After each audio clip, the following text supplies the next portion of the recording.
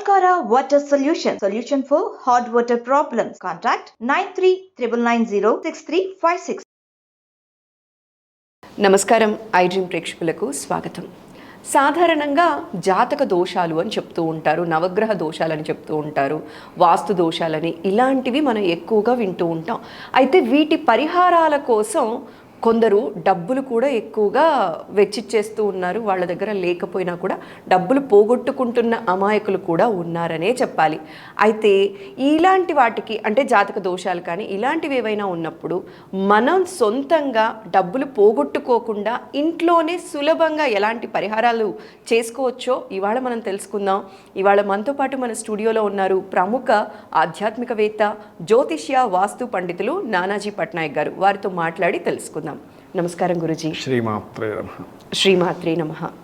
గురుజీ, అయితే ఈ జాతక దోషాలు అనేవి మనం ఈ మధ్యకాలంలో ఎక్కువగా వింటూ ఉన్నాం. పరిహారాల కోసం, శాంతుల కోసం డబ్బులు కూడా ఎక్కువ పోగొట్టుకుంటున్న అమాయకులు ఉన్నారనే చెప్పాలండి. ఖచ్చితంగా ఉన్నారు. సో ఇలాంటి పరిహారాల కోసం డబ్బులు ఏవీ పెట్టకుండా కూడా ఇంట్లో అమ్మవారిని కానీ స్వామివారిని కానీ ఆరాధించుకోవటం కానీ, చిన్న చిన్న పరిహారాలు కానీ ఏవి చేసుకుంటే ఇలాంటి దోషాలు పోతాయి, గ్రహ బాధలు అనేవి పోతాయో మా ప్రేక్షకులకు తెలియచేస్తారా అండి? తప్పకుండా అమ్మ.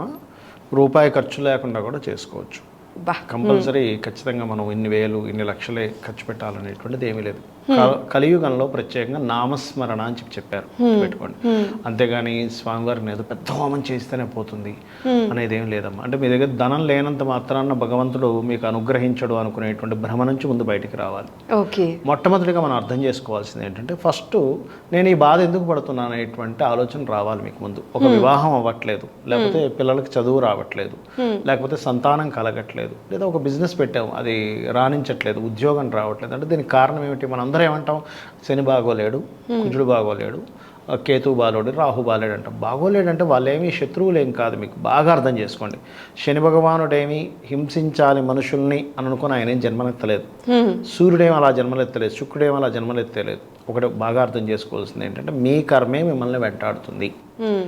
పాస్ట్ లైఫ్లో ప్రారంధ కర్మ, పాస్ట్ లైఫ్లో మంచి ఉద్యోగం ఉన్నా కూడా, మంచి బాసు మంచి ఉద్యోగం నీకు ఇచ్చినా నువ్వు సరిగ్గా చేయలేదు ఉద్యోగాన్ని. బాస్ చూడట్లేదు కానీ టైంపాస్ చేసావు, కంపెనీకి లాస్ వచ్చింది నీ వల్ల. ఎవరు భరించాలి ఆ పెయిన్ని?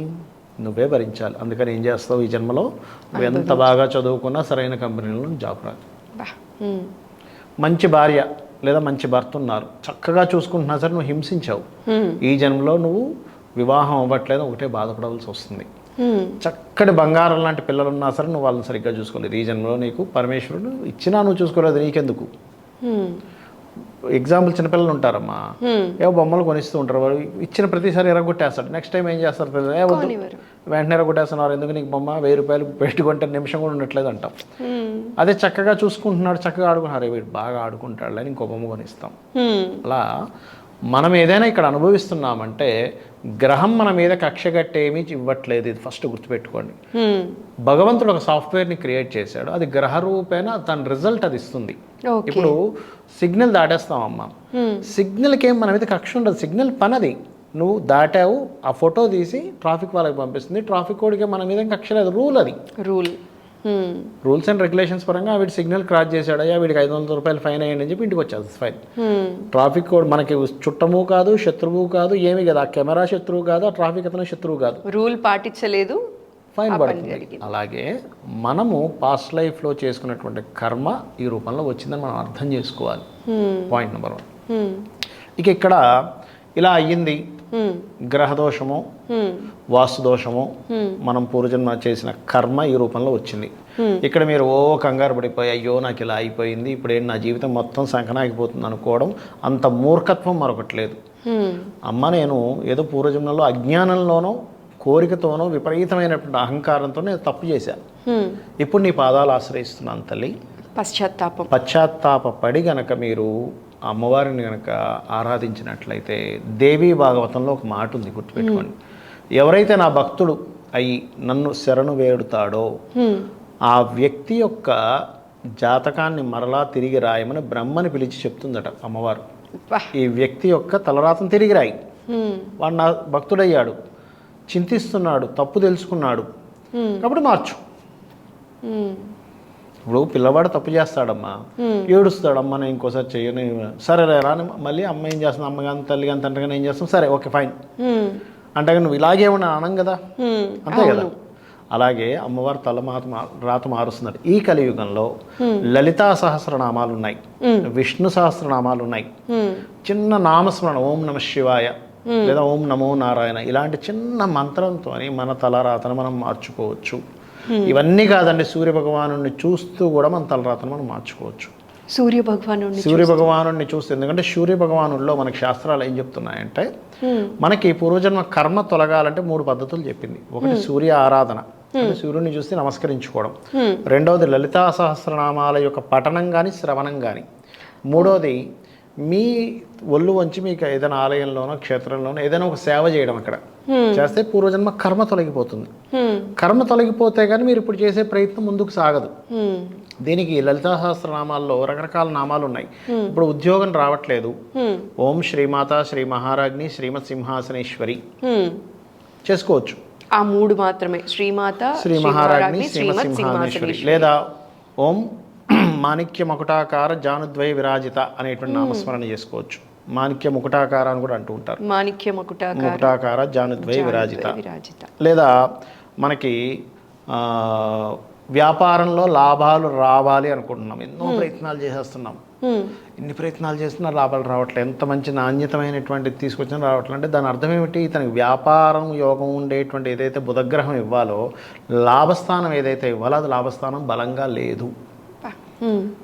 అలాంటప్పుడు లలితా సహస్రనామాలు చెప్పినటువంటి నామం ఏమిటి అంటే ఓం ఇంద్రగోప పరిక్షిప్త స్మరతూనా భజంగిక అనేటువంటి నామం. ఇంద్ర శబ్దం అక్కడ ఎక్కడొచ్చింది, ఎప్పుడైతే ఇంద్ర శబ్దం పడిందో అన్నీ వాళ్ళకి సిద్ధిస్తాయి ఆటోమేటిక్గా. ఇంద్రగోప పరిక్షిప్త అంటే ఇంద్రుడు గోప్యంగా, అంటే ఇంద్రుడు రక్షింపబడేటువంటి, అంటే ఆర్ద్ర పురుగులు అంటారు, ఆర్ద్ర పురుగులను ఇంద్రుడు రక్షిస్తూ ఉంటాడట. అందుకని ఇంద్రగోప పరిక్షిప్త స్మరతూనా భజంగిక అనేటువంటి నామం.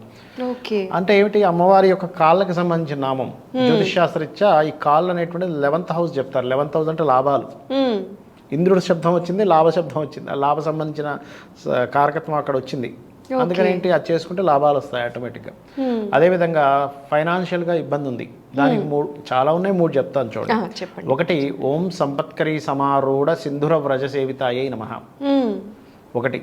లేదు రెండవది ఓం ధర్మాధ్యక్ష ధనాధ్యక్ష ధనధాన్య వివర్ధినియై నమః. ఓం నవవిద్రమ బింబశ్రీ న్యక్కారి రథచ్చద. ఈ 3ట్లో ఏ నామం చేసుకున్నా మీకు ఫైనాన్షియల్ గ్రోత్ పెరుగుతుంది. మీరు అనొచ్చు ఏమంటే నేను ఏ పని పాటు చేయకుండా ఇంట్లో కూర్చుంటాను, నామాలు చేసుకుంటూ కూర్చుంటానంటే ఎక్కడా రాదు, గుర్తుపెట్టుకోండి. ఎందుకంటే ఒకటే గుర్తుపెట్టుకోండి, మీ ప్రయత్నం మీరు చేస్తూ అయినా రావట్లేదు అన్నప్పుడు భగవత్ అనుగ్రహం ఇది. ఆ ప్రయత్నం నేను ఏమీ చేయను, ప్రయత్నం కూడా భగవంతుడే. ఇక్కడ మనం అర్థం చేసుకోవాల్సింది ఏంటంటే ప్రయత్నం చేయడానికి మనకు ఉండే శక్తి కూడా భగవంతుడే. ఇప్పుడు ఇక్కడ షూటింగ్ ఉందమ్మా, మీరు వచ్చారు, మీరు ఇంట్లోనే కూర్చొని నాకు షూటింగ్ అవ్వాలంటే అవుతుందా? అవ్వదు. మీరు తయారవ్వాలి, చక్కగా బైకో కారో ఏదో దాని మీద ఇక్కడికి రావాలి, ఏ బస్సో కారో మీ ఎంఎంటీఎస్ ఏదో పట్టుకొని, నేను ఏదో పట్టుకొని రావాలి. నేను ప్రయత్నం చేయాలి, నేను ఏ ప్రయత్నం చేయాలి, ఇంట్లో కూర్చుంటాను, నాకు షూటింగ్ అవ్వాలి, ఐ డ్రీమ్ వాళ్ళతో నేను అనుకున్న అవ్వదు, మీరు అక్కడ కూర్చున్నా అవ్వదు. ఒక ప్రయత్నం చేసి ఇక్కడ కూర్చున్నాం కాబట్టి భగవంతుడు అనుగ్రహిస్తాడు ఇక్కడ.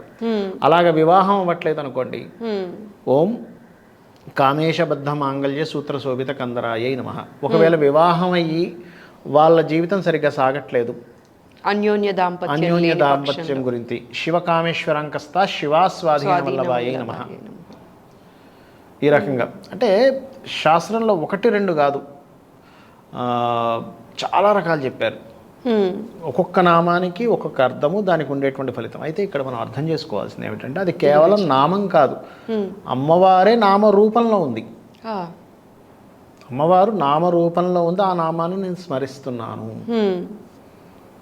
అది అర్థం చేసుకోవాలి. అలా గనక చేసినట్లయితే ఖచ్చితంగా, అంటే ఏంటంటే ఇంకెక్కడ 1% కూడా డౌట్ ఉండకూడదు, నేను నామం చేస్తున్నా అవుతుందంటారా, నానాజీ పట్నాయక్ గారు అన్నారు, లేకపోతే ఇంకొరెవరో గురువు గారు చెప్పారు, ఇది అవుతుందంటారా అని అనుకుంటే అది అవ్వదు, గుర్తుపెట్టుకోండి. అమ్మవారిని పూర్తి శరణాగతితో ₹1 ఖర్చు పెట్టకుండా ఈ నామాలు చదువుకుంటే చేసుకోవచ్చు. దీనికి ఖర్చే ఉంది చెప్పండి, అంటే దీనికి ఖర్చే ఉంది. మీకు కూర్చొని చక్కగా చేసుకుంటున్నాము, పూజ గదిలో కూర్చొని, అమ్మ నేను తప్పు చేశాను, నా దగ్గర డబ్బులు లేవు, ఏమీ చేయడానికి లేదు, కనీసం దీపం పెట్టడానికి కూడా నా దగ్గర డబ్బులు లేవు, కానీ నేను నిన్ను భక్తితో స్మరిస్తున్నాను, ఈ నామం చేసుకుంటున్నాను, నా ప్రయత్నం నేను చేస్తున్నాను, అయిపోతుంది, ఇంకా అందులో డౌట్ లేదు. గురుజీ ఇంకొక చిన్న మాట, ఈ నామం చదివేటప్పుడు ఇప్పుడు పూజ గదిలోనే కూర్చొని చదవాలా, లేదు అంటే ఇప్పుడు ఉద్యోగ రీత్యా బయట వెళ్తూ ఉంటాం, మనసుకి దోషం లేదు అంటారు కదా, మనసులో చదువుకుంటూ ఉండొచ్చు అంటారా గురుజీ? చేసుకోవచ్చమ్మా, కాకపోతే కాళ్ళకి చెప్పులు ఉండకూడదు. కాళ్ళకి చెప్పులు లేకుండా మీరు ఒక జర్నీ చేస్తున్నారు, బస్సులో వెళ్తున్నారు, ఉదాహరణ చెప్పులు తీసేసేయండి, బస్సులో కూర్చున్నారు, అలా చేసుకుంటూ ఉండండి. టైం ఉండదు కొంతమందికి, ఎలా అంటే పొద్దునే ఉరుకులు పరుగు జీవితం ఉంటుంది పరిస్థితి, అలాంటప్పుడు టైం లేదనుకున్నప్పుడు జర్నీలో చేయొచ్చు. ఒక క్యాబ్ వచ్చింది, సాఫ్ట్వేర్ వాళ్ళని పట్టుకెళ్తూ ఉంటుంది, చక్కగా చెప్పులు కాళ్ళు తీసేసి కూర్చొని చక్కగా చేసుకోవచ్చు. మీకు మీరు లోపల మనసులో అక్కడ స్థానాన్ని బట్టి మనకి మనసు, మీ మనసు కనెక్ట్ అవ్వాలి అక్కడ. స్థానం అని కాదు, మీకు కుదిరితే ఇంట్లో పూజ గదిలోనే చేయండి, కుదరనప్పుడు చెప్తున్నా నేను, చేస్తే ఖచ్చితంగా ఫలితం ఉండి తీరుతుంది. అందులో ఎటువంటి కించిత్ సందేహం కూడా అక్కర్లేదమ్మా. అమ్మవారు అనుగ్రహించి తీరుతుంది. ఇంక అందులో చిన్న డౌట్ అండి, ఏమో ఇలా అవ్వదేమో అనుకోకండి. అయితే ఒకటి, మీకు ఏదైనా సంకల్పం ఉంది నాకు ఇది కావాలి అని, ఒకటే అర్థం చేసుకోండి. అమ్మా నేను ఇది కోరుతున్నాను, నాకు ఇది శ్రేయస్కరం అయితే నాకు ఇవ్వు, ఇది నాకు మంచిది కాదు అనుకుంటే ఇవ్వకు అని అడగండి. ఓకే, అప్పుడు మీకు ఇది శ్రేయస్కరం అయితే అమ్మవారు ఇస్తుంది. ఓహో ఇవ్వలేదంటే నాకు ఇది కరెక్ట్ కాదేమో అందుకే ఇవ్వలేదు అనుకోండి. ఓకే, ఇప్పుడు సపోజ్ ఇప్పుడు ఎవరైనా ఒక అమ్మాయి నేను పలానా అబ్బాయిని చేసుకోవాలనుకుంటున్నాను, ప్రేమ వివాహము ఇలాంటివి ఏమైనా జరిగినప్పుడు కావాలన్నప్పుడు అడగడం అమ్మవారిని, కానీ ఇదే కావాలని కాకుండా నాకు ఏది మంచిదో అది ఇవ్వండి, నాకు ఇది కావాలని ఉంది కానీ ఇది నాకు మంచిదైతే ఇవ్వు, లేకపోతే నీ ఇష్టం, నువ్వేది నాకేది మంచిదైతే అది ఇవ్వని అడగండి అంటున్నా. ఇదే విషయం మనకి ఉద్యోగానికి కూడా అప్లికబుల్. ఈ జాబ్ నాకు మంచిదైతే ఇవ్వు, లేకపోతే దీనికంటే మంచి ఇంకో మంచిది నువ్వే ఇస్తావు, నాకు ఒక జాబ్ ఇవ్వు, ఇదే అని కదా, నాకు ఒక జాబ్ ఇవ్వు, నాకు వివాహం అయ్యేలా చెయ్యి. ఇతన్ని అనుకుంటున్నా, లేకపోతే ఈ అమ్మాయిని అనుకుంటున్నా, నాకు ఒకవేళ ఈ అమ్మాయిని చేసుకుంటే మాకు బాగుంటుంది అనుకుంటే ఇవ్వు, లేదు నీ అనుగ్రహంతో ఇంకొకరు ఎవరు ప్రసాదిస్తే ప్రసాదించు, అలా అడగాలి ఎప్పుడు కూడా. అందుకని నాకు ఇదే కావాలి ఇదే కావాలి ఇదే కావాలంటే అప్పుడు ఇంకేం చేస్తారంటే ఎలా ఉంటుందంటే, అమ్మవారు కానీ ఎవరైనా కానీ, ఇప్పుడు మన చిన్నపిల్లవాడికి నిప్పు కనుక చేతికి ఇవ్వము, ఎందుకు ఇవ్వము, కాల్చుకుంటాడు, కత్తి ఇవ్వము, గుచ్చేసుకుంటాడు తెలియక, అంటే హ్యాండిల్ చేయలేం కాబట్టి ఒక్కోసారి భగవంతుడు కూడా మనకు అలా ఇవ్వడు, ఇది అర్థం చేసుకోవాలి. భలే చెప్పారు Guruji, thank you so much. చూశారు కదండి, ఒక్క రూపాయి కూడా మనం ఖర్చు పెట్టకుండా గ్రహదోషాలు కానీ ఎలాంటి సమస్యకైనా పరిష్కారం కోసం లలిత సహస్రనామంలో కొన్ని నామాలు అనేవి సవివరంగా వివరించారు. ఇవన్నీ కూడా మీరు చదువుకుంటూ ఆ అమ్మవారి కృపకి పాత్రలవ్వాలని మనస్ఫూర్తిగా కోరుకుంటూ, శరణాగత దీనార్థ పరిత్రాణ పరాయణి సర్వస్యాతి హరేదేవి నారాయణి నమోస్తుతే అని లలిత పరమేశ్వరిని ఆరాధించి మీ గ్రహదోషాలు కానీ మీ సమస్యల నుంచి బయటపడాలని మనస్ఫూర్తిగా కోరుకుంటూ నమస్కారం.